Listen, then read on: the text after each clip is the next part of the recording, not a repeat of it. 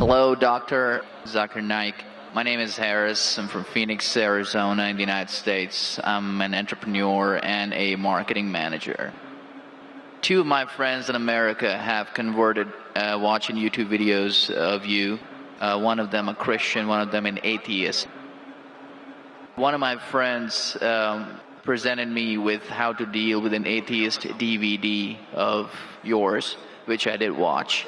But that didn't answer my question. And I've asked this question to a lot of people with no satisfactory answers, a lot of intelligent people. Of all the scholars that I've ever watched on YouTube, in my opinion, you are the most rational, logical, easy to understand kind of scholar that I've ever come across in my life. And it is really important that this question is answered because I've never had a satisfactory answer for this question. My question is like a coin with two sides. The first side of it is this, and this is the question. I'm somewhere between an atheist and agnostic. I'm not sure where. God has created this entire universe, and the Quran speaks a lot about how it has taken so many days and mountains and this and that, and life is going to be a test and whatnot. My question is, way before God decided to create this entire universe, before he decided to put human beings, before he decided to send Prophet Muhammad or Adam and Eve, way before he even planned about doing any of this, he knew the end result of it. He knows in the end he will be disappointed by certain people and he will throw them in hellfire. He knows they will be burning. He knows they will be tortured, and that is when they'll be repenting for what they've done. Way before he created the entire universe, he knows the outcome is going to be bad. It may be good for certain people who are in heaven, but he knows that he can save those people from being in hell. Way before he even decided to go ahead with the creation. Yet he decides to go ahead with it, with all his godly logic. Why would he want to do that?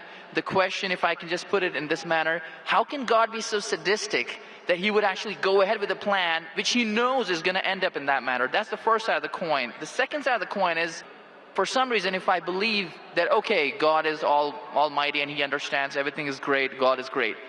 Why is God insisting in the Quran that look at the mountains, look at the protons, the electrons, this and that, everything is so synchronized, how amazing I am. Why is he forcing us to find his creation amazing when it is a piece of cake for God? I mean, he just had to say kun and it was done. Then why is it a big deal if God has made this entire universe which is so amazing? Because for God it's nothing. So I should not be really amazed at his creation. He can do much more than this. So I do not understand why he wants us to respect what he's done or find it amazing what he has done. The brother asked a very good question and a very intellectual question. It's a very good question. And he has seen some of my tapes on YouTube, even of atheism. And this question that is troubling him, he hasn't got the answer to. The brother asked the question that Almighty God knows everything before he created the heaven and the earth, before he created human being. Even if one person goes to he could avoid that. Hell, he could have avoided that. I mean, he could avoid being disappointed. Of course. I'll reply. The brother said, even if one person goes to hell, it is as though God would be disappointed. Now coming to your question, I started a school. And you may have heard Islamic International School. If a teacher takes an examination, if she is just, while she is giving the examination, she writes in the maths paper 2 plus 2 is equal to how much? The student in front of her or him, the teacher, writes 5. She can very well tell the student, change 5 to 4. Would it be just on the teacher during the test and examination to correct a student who's writing a wrong answer? Right, but if she has an option that the student doesn't need to do any of that and still No, I'm asking a simple question. I'm asking you a simple question. The teacher has given the question paper. Right. All the students were informed about it. You're right. For that particular situation, For that particular situation, the teacher can tell, dear student, change 5 to 4. What will the other students think about? Unjust. But God can be just at the same time. He can create a completely different condition. He doesn't have to go ahead with that situation. He's not bound by any situation. Brother is saying Almighty God can create something which is perfect and will not make mistake, correct? That Right. God has already done. He created the angels. God created the angels. The angel never go against any commandment of God. But human being is a better creation than angel. The angels have got no free will of their own. If you have heard my tapes, if you have not heard, I'll tell you now. The angels are a creation of Almighty God, but not the best creation. Almighty God created the human beings. The human beings have a free will to go against God or to follow God. If you have chosen to be a human being, if you disobey His commandments, you go to hell. If you obey His commandments, you are superior than the angel. Because the angel doesn't have a free will of his own, then he follows God. It's nothing great. The human beings are the better creation of Almighty God. Almighty God has given a free will. That's a different question that Almighty God knows. Because He has ilm-e-ghaib, He has knowledge of the future. He is more superior. So He has created such a creation which has a free will. The fault is of human being, not God. No, but God has created us with that fault, and He knows He can Not avoid fault, that. not fault. It's not fault, brother. It is free will. Why is He giving us a free will when He knows He's going to eventually put these many people in hell? Why is He doing something? That is a different creation. Like, would you want to create something which can think on its own, or would Why you want would to? someone so compassionate can also Brother, be that's what sadistic I at the tell same you. time? What you want, God has already created an angel. I'm asking you, which is better? An angel following Almighty God or a human being following Almighty God? Which is better? For me, absolutely, if I get a second chance, I would want to be an angel. Why would I risk going to Second hell? chance, correct. That's why Almighty God says in Surah Araf, chapter number 7, verse number 172, Almighty God brought all the human beings from the loin of Adam and asked them, is there one God? All agreed. Almighty God says in Surah Hashar, chapter 59, verse number 21, if Almighty God revealed the Quran on the mountain would shudder down. Almighty God says in Surah Azab, chapter 33, verse number 72, it is the human beings who were fools who said we want to be human beings. You and I were fools. Now you cannot backtrack. Once you said you want to appear for the test, once you read the test paper. Nobody asked me. They asked Adam and Eve. No, brother. Quran says every human being was asked. And then it is washed off. This memory is washed off. If the memory is away, the test, Almighty God says in the Quran, do you want to be a human being? If you become a human being, you can become superior to an angel or can get inferior. If you don't want to become a human being, just pass. Even for argument's Brother, sake, even in that please condition. let me complete. You ask the question. All right, go If ahead. you Sorry. interject, how will I answer? Sure, go ahead. So Almighty God asked the human beings, and the Quran says, we human beings were fools. You and I both were fools who opted for the test.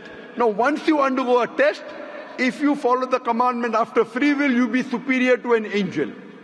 If you disobey Allah, you become inferior to an angel. We wanted to pass with distinction, you and I. You told, I don't remember. Of course you will not remember. And even I don't remember. But I believe in the Quran. On the day of judgment, Almighty God says, not a single human being will object to the justice of Allah. That we'll come to know on the day of judgment. Only thing we'll say, please give us one more chance. Almighty God will say it's too late.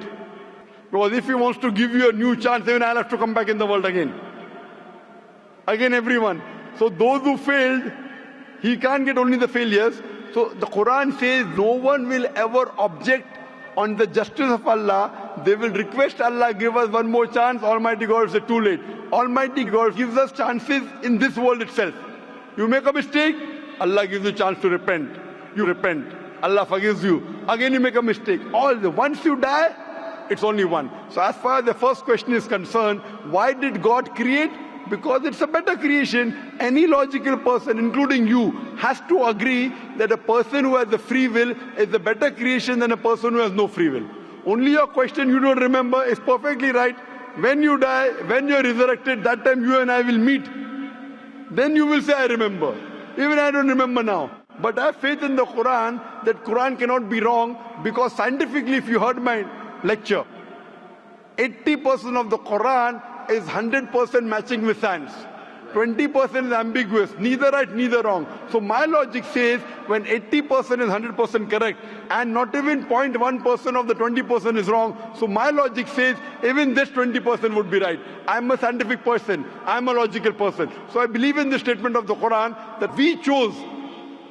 If you wouldn't have chosen, you could have questioned God. Why did you make me a human being? Then God would have been at fault. But God says in the Quran, He asked. The mountains were afraid. Everything else was afraid. We human beings opted for this. But do you remember being asked? I don't remember being asked. Brother, if you heard my answer, even I don't remember. But if you remember, then where is the test? Imagine if a teacher teaches you something. Teacher teaches you something. Teacher gives you the book. The teacher has to take away the book for the test. If the teacher says, okay, take the book and answer, where is the test? Okay, but why? After the examination is over, you can go home and check or not. But even before the exam began, God knows the end Brother, result. listen to me. After the examination is over, can you go and check home or not in the textbook? Absolutely. But during the examination, can you check? No. So now the examination is going on, brother. Once it's over, you can check. If you tell teacher, I want to see the textbook, I don't remember. No. During the examination, you cannot refer to the textbook. It will be called cheating. Correct? So once the examination is over, if you don't remember, you tell God, what is this illogical? But Quran says not a single human being will object to the justice. Let the test get over. So today, I being a scientific person, I being a logical person, based on my knowledge of science, based on my logic, when I read the other scriptures and when I read the Quran, I find Quran is the only book, only religious scripture on the face of the earth which passes this test. So therefore I, being a scientific person, being a logical person, agree, okay, fine. This statement of the Quran also has to be right. I don't remember, that's the test. If I remember, where is the test? So that answers the first part of the question. First part, that saying that God was sadist. God is not sadist. For example, I start a medical college. I want the school students to go to medical. How many students who go to school enter the medical college? Just roughly, can you guess? Few. Surely less than 5%. Less than maybe 1%. So why did you make a college where only 1% can enter? Fine. It is for selected few.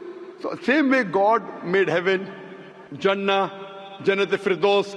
Everyone cannot go to Jannat-e-Firdaus. Why not? Sorry? Why not? Why can't everyone go to medical college? Because it's human capacity. If humans were capable of being able to put everyone in medical college, they would. That's the way we are made. The same way everyone cannot become a doctor. Only those who have the capacity. Same way everyone cannot go to Jannat-e-Firdaus, the high levels of paradise. We have to strive. God has given you capacity. If you don't follow His guidance, you cannot. If you follow His guidance, to go to Jannah is very easy. If you're intelligent, it's very easy. If you're intelligent and if you're truthful to yourself. But if you're not truthful to yourself, even a non-intelligent man can go to Jannah. Only thing, you should be truthful. God has given you different options how to follow Him. Some people think they are smart. I tell them they're extra smart. If they were smart, they would see it is crystal clear, in black and white, that this is the word of God. You have to follow it. That's the reason Francis Bacon said, little knowledge of science makes you an atheist. In-depth knowledge of science makes you a believer in God. So I wouldn't say God is sadist. I said we were fools who opted to undergo the test. Not God. God gave you an option. What do you want to be? We chose. So we are responsible, not God. God is not a sadist. We are fools. That's what the Quran says. On the day of judgment, you will come to know, inshallah, you and I both. Inshallah, if I go to Jannah, inshallah, I'll pray to God, I'll thank God. You know, I was a good person, I choose to be a human being. If you pass that, if you fail, then we will curse our own self. Hope that answers the question. The second part? Sorry, what was the second part? That even if I believe how almighty He is, how knowledgeable He is, why is He so bent on convincing us, look at the mountains, look at the electrons, look at the protons? The second part of the question was that why does Almighty God give references of the mountain that is created this? For him it is peanuts. So why is he talking? You know why is he saying? He's saying these peanut things, mountain, they would shudder. You human being who are superior, why don't you understand? Quran says in Surah Hashar chapter 59 verse number 21, had the Quran been revealed on the mountain would have fallen down to utter ruin. But to us human beings it makes no difference. He's giving these examples to show that these things which are so powerful, the mountains, etc., which he has created, would have submitted their will. Why don't you human beings do? He's trying to give an example that we are fools. He's not trying to praise himself. And whenever he asks us to praise him, or when he says, for we say Allahu Akbar, God is the greatest, do you think it will change Allah? No. Whether you say 1,000 times Allahu Akbar or 1,000,000 times, he cannot become greater. He's already the greatest. The reason we say these things is because it is our human mentality, our human nature, that we follow the people who are famous, we follow the people who we praise. For example, your mother has a heart attack. There is an unknown person on the street who gives you the treatment. And you heard that the best heart specialist in the world is Dr. X. Now, will you follow Dr. X's advice or the person on the street who you don't know? Dr. X. Why? Because Dr. X is famous. People know him. He's the best in the world. So the reason in our salah, in our life, we say Allahu Akbar, Allah is the greatest, Allah is the most wise, Allah is the most intelligent. Why? If we say that, it does not benefit Allah. It benefits us. That if we praise him, we follow him. If we follow, we go to Jannah. To Allah, it makes no difference. Therefore, Allah says, will you not then believe? Will you not then understand? That means the Quran is revealed to the people for understanding. So he's giving this example not to make himself great. He's already the greatest. Whether you say 1,000,000 times Allah is the greatest, it will not make a difference to Allah. He's telling it to you. Allah says in the Quran, Allah does not require you, you require him. So when we praise him, it is human psychology that the person you praise, person you talk great about, you tend to follow his advice. By following his advice, it will benefit you, it will not benefit him. He is already the greatest. He is already the merciful. So these are rules and regulations laid down. He is our creator. He knows our mindset. You are a student of science, correct? I am also a student of science. The moment I come to know, Allah mentioned these scientific facts which we came to know today, 50 years back, it increases my faith in Allah. Allah says in Surah Fussilat chapter 41 verse 53, Sanurihim ayatina fil afaqi wa fi anfusihim hatta yatabayyana annahu al-haq. Soon we shall show them our signs in the furthest regions of the horizons and into their soul until it is clear to them that this is the truth. So Allah is giving these examples so that it benefits us. For him, it makes no difference. It is benefiting us, so he is giving us a chance to follow him so that we can go to heaven. Hope that answers the question, brother. I recognize his power, and I understand he's amazing in all that he's done. But am I expected to be amazed at his achievements at creating this universe? Because for him, it's like a 1-second job. Correct. Right? So for him, which is 1-second job, when he tells you not to have alcohol, if you have alcohol, sure. But am I expected to be amazed at his creation? No, see, the thing is that he is not there to prove himself better. If you believe that for him it is peanuts, so will a person lie? No. So if he says don't have alcohol, you will not question him. No. Don't have pork, you will not question him. Yeah, but I'm not amazed at his creation because for him it's nothing. Compared to us, it's amazing. For him, it's nothing. Right. But compared to us, a person who can create the universe, when he tells me not to have alcohol, I immediately follow. Sure, I don't mind following him, but do I have to be amazed at his creation, as is said in the Quran? See, as you asked me the question, should I be amazed at the creation? Right.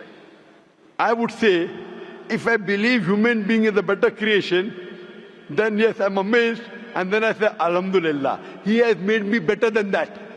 So if I'm amazed, he made the mountains, he made the stars, he made the sun, but he made Zakir Naik also. He made a human being. and we are the best of creation. So he gives these examples so that we realize what benefit he has given to us. All the favors he has given to us. Talking about the science, talking about the protons, talking about the mountains. Finally he says, human beings are the best creation. So in comparison, we have to agree that our Creator has created this human body, the molecules, the DNA, the complex thing, which can never come by chance. So in this way, we are amazed at the creation of the human being. And then we submit to Him. If we are not amazed, only by being amazed, we submit that He is our Creator, He is worth worshipping. No one else can do that. This is so that we worship Him and we pass the test and we go to paradise. Hope that answers the question.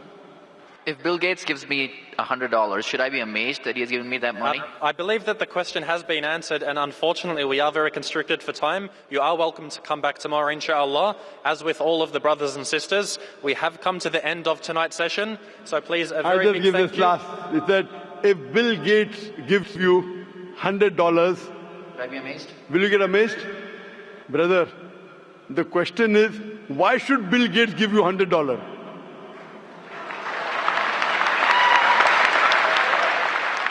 If you tell me a Tom, Dick and Harry gives you $100, nothing to be amazed. Bill Gates gave me $100. It's something that he gave you. Why did he give you? Why not somebody else? Why? The question is, why did he give you is the question. Okay. If some Tom, Dick and Harry gives you, if a man on the street gave you $100, Bill Gates. Got it. You got it, no? Answer. Got it. I got that. So now you're convinced, huh? Yes, absolutely. That is the answer. So inshallah, I hope that we'll come closer to Islam. So I should not be amazed at the fact that he's given me the money. I should be amazed it's him who's giving the money. Alhamdulillah. Got it. So it was worth the time extending. Alhamdulillah.